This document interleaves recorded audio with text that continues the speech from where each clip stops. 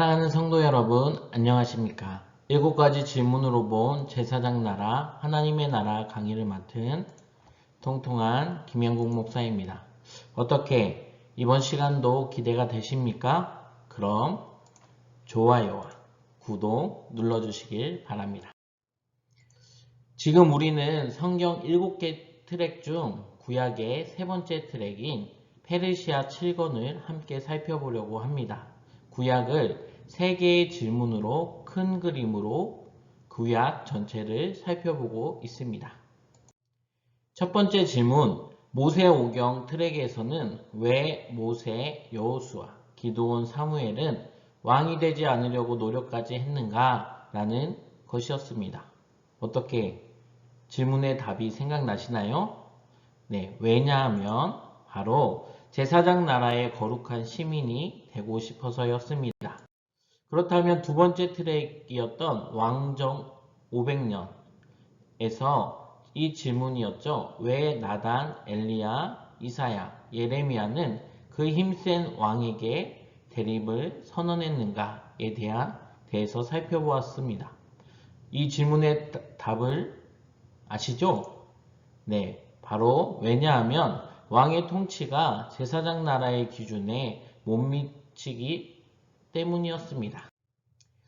그러면 마지막 구약의 마지막 트랙인 페르시아 7권에서는 질문이 왜 수룹바벨, 에스더, 에스라, 느헤미야는 동시대 동족들에게 존경을 받았는가에 대해서 살펴보겠습니다. 존경을 받는다. 인간은 누구나 원하는 바입니다. 누군가에게 존경받기는 하늘의 별따기입니다. 지금 이 강의를 듣고 있는 우리 성도님들 가운데 존경하고 계신 분이 계십니까? 네. 막상 생각이 잘 쉽게 떠오르지 않는다면 그만큼 우리가 존경받기는 쉽지 않다는 것입니다.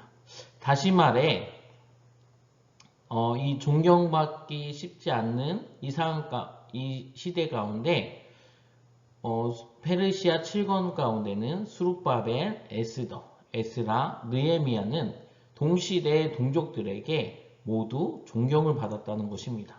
놀랍지 않습니까? 그렇다면 왜 존경을 받았을까요? 네, 왜냐하면 유대인들이 제사장 나라가 제국을 능가할 수 있다는 것을 알았기 때문입니다. 페르시아 7권을 언뜻 낯설 수도 있습니다. 페르시아 제국 시대를 배경으로 활동을 다루고 있는 구약시대 후반부의 책 7권, 다니엘, 학개, 스가랴, 에스더, 에스라, 느헤미야, 말라기서를 살펴보면 페르시아 7권의 분위기는 왕정 500년과는 다른 분위기였다는 것을 알 수 있습니다.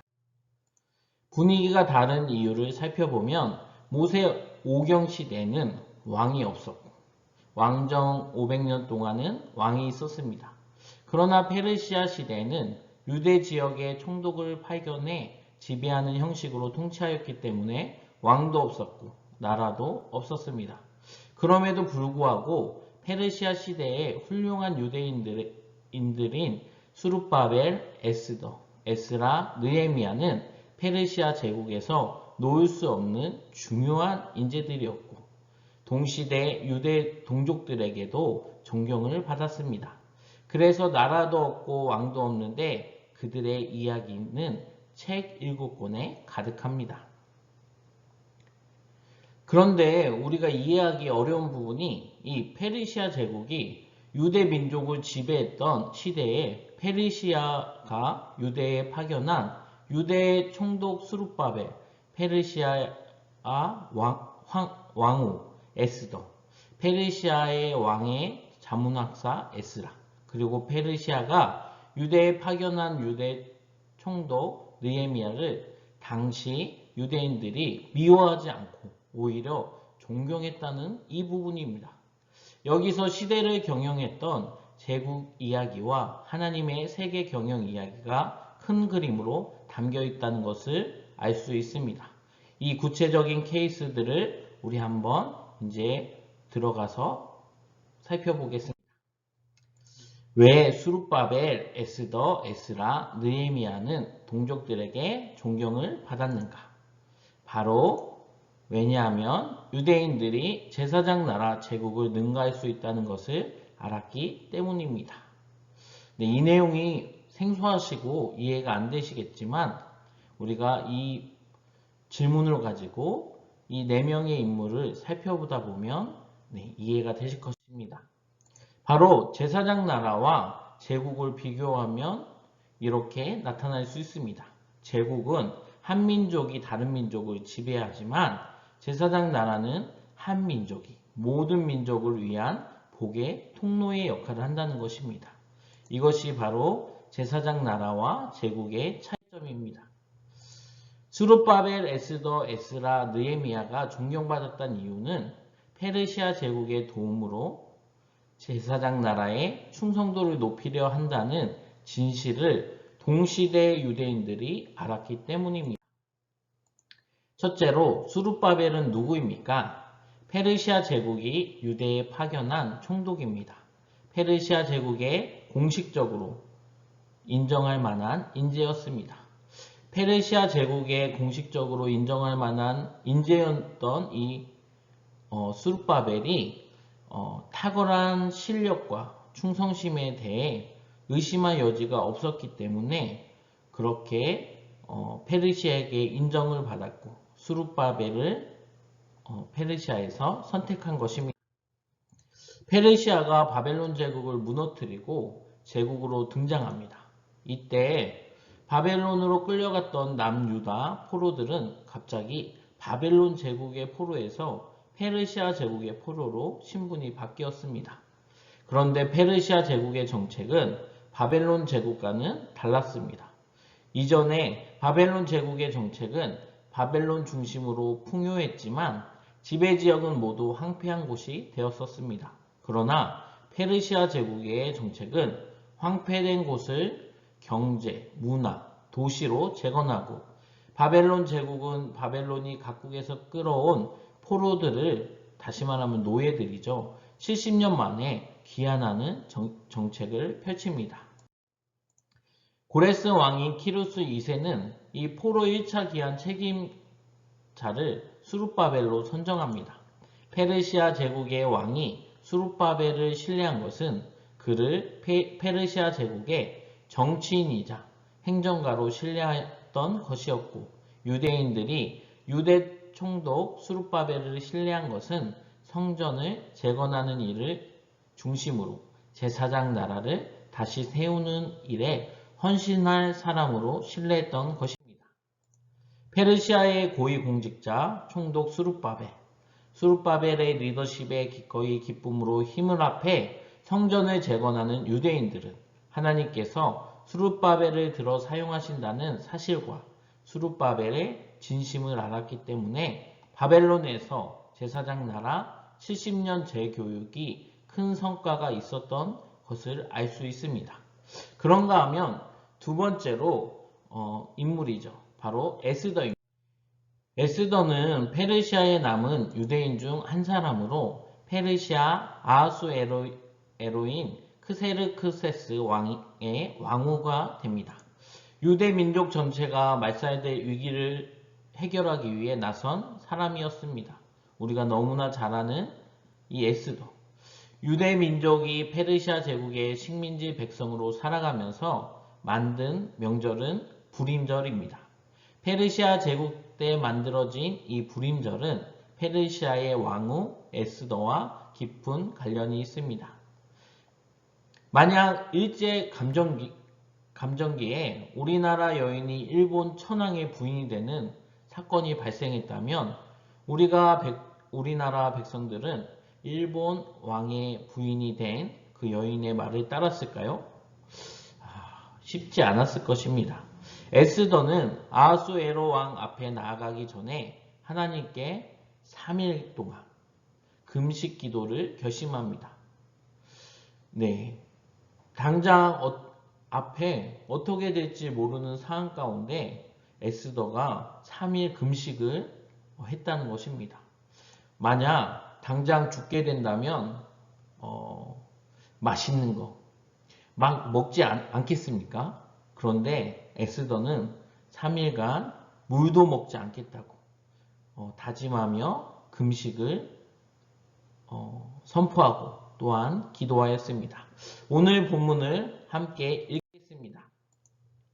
당신은 가서 수산에 있는 유대인을 다 모으고 나를 위하여 금식하되 밤낮 3일을 먹지 말고 마시지도 마소서. 나도 나의 시녀와 더불어 이렇게 금식한 후에 규례를 어기고 왕에게 나아가리니 죽으면 죽으리이다 하니라. 아멘. 그뿐 아니라 이 페르시아 시대에 등장한 사람, 이때에 유대인들이 페르시아 땅에서 만든 명절이 바로 부림절입니다. 부림절은 페르시아 왕후 에스더의 명령으로 온 유대인들이 금식하며 하나님께 기도함으로 자신과 자신의 자손들이 살아남게 된 날을 기념하는 날이고, 유대인들이 페르시아 제국 내의 가난한 자들을 돌보는 날로 정한 명절이 되었습니다. 페르시아 왕후 에스더는 이처럼 페르시아 제국의 왕후이었음에도 불구하고 동시대 유대인들에게 존경과 사랑을 받았으며 유대 민족을 살린 여인으로 성경에 기록되어 있습니다. 그뿐 아니라 페르시아 시대에 등장한 사람, 바로 에스라입니다. 페르시아에서 태어난 아론의 16대 자손 에스라는 유대의 3대 율법학자 가운데 한 사람으로 유대 역사상 가장 월등하고 위대한 율법학자였습니다. 여기서 돌발 퀴즈 하나 나가겠습니다. 유대의 3대 율법학자는 그렇다면 과연 누구일까요? 가장 먼저 정답을 댓글로 남겨주신 분께는 파스쿠치 아메리카노 상품권을 선물로 드리겠습니다. 자, 계속해서 오늘 본문인 느헤미야 8장 9절을 한 목소리로 함께 읽겠습니다. 백성이 율법의 말씀을 듣고 다 우는지라 총독 느헤미야와 제사장 겸 학사 에스라와 백성을 가르치는 레위 사람들이 모든 백성에게 이르기를 오늘은 너희 하나님 여호와의 성일이니 슬퍼하지 말며 울지 말라 하고. 아멘. 지난날 함께 해주신 하나님께 감사하고 자신들의 잘못을 회개하는 에스라와 백성의 모습을 오늘 본문을 통해서 우리가 보았습니다. 그 시대에 백성들과 함께 어우러질 만큼 사이 좋은 느헤미야와 에스라였습니다. 페르시아 왕은 에스라에게 수많은 권한을 위임하였습니다. 그중 하나가 페르시아의 지방화 정책으로 새로운 거점 도시를 생성 중에 사법부가 필요하게 되었는데 그 일의 적임자로 에스라를 재판장에 임명합니다. 또한 페르시아 왕의 창고인 조달청의 사용권을 통째로 맡깁니다. 이를 증명할 수 있도록 아닥삭스 왕은 자신의 인장을 날인한 조서까지 발행했습니다. 에스라가 총독 스룹바벨에 이어서 두 번째 예루살렘으로의 귀환에 지도자가 되어 예루살렘으로 귀환합니다. 예루살렘에 도착한 에스라는 뜻을 정하는데 그 뜻이 참으로 놀라웠습니다. 바로 페르시아에서 예루살렘으로 귀환한 에스라는 오직 하나님의 율법을 연구하고 율법을 준행하고 또한 율법을 가르치는 일에만 전념하기로 결심합니다. 에스라는 페르시아 왕에게 충성했고 페르시아 왕은 에스라에게 깊은 신뢰와 경제적 지원을 아끼지 않았습니다. 그런데 더 놀라운 사실은 그 당시 에스라의 동족 유대인들은 페르시아 왕이 에스라를 신뢰하는 것보다 더 많이 에스라를 믿고 따랐다는 것입니다. 여기에서도 해답은 제사장 나라입니다. 에스라와 그 당시 유대인들의 뜻이 다시 시작하는 제사장 나라로 일치했기 때문입니다. 바벨론 포로 생활 70년이 예레미야 선지자의 예언대로 재앙이 아니라 희망이 되었습니다. 그런가 하면 또 한 사람 느헤미야입니다.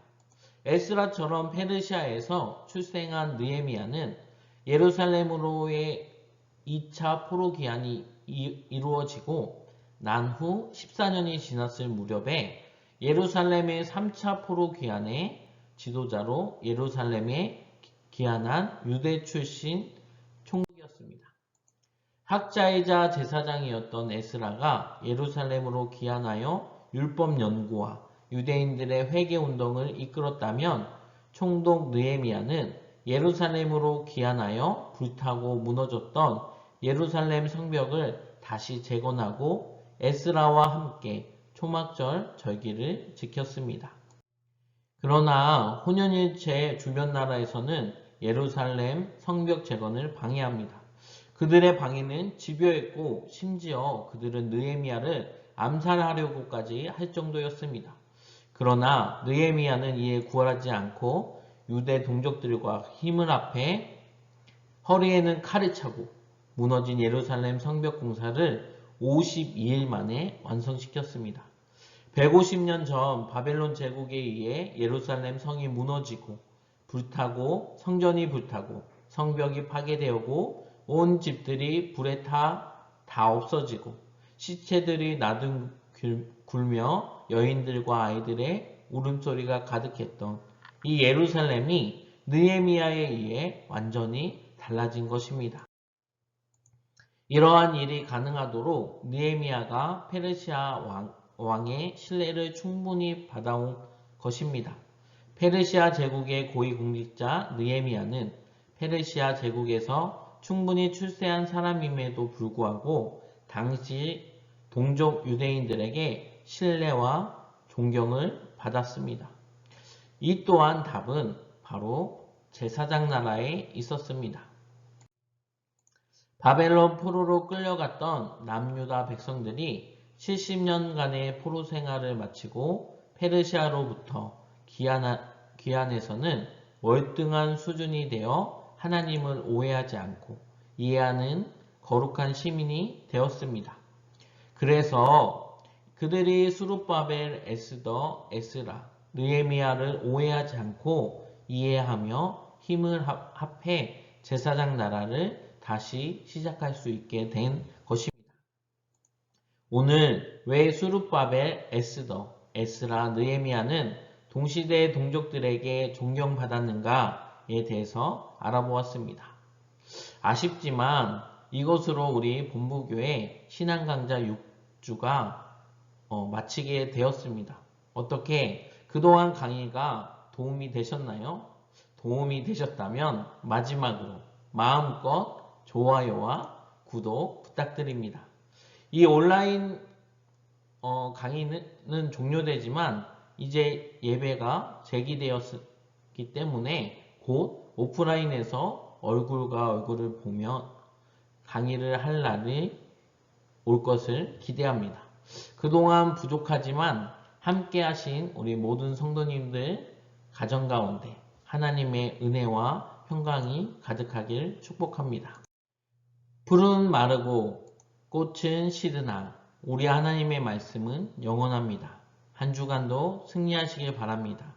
다음 주 주일에 교회에서 뵙겠습니다. 감사합니다.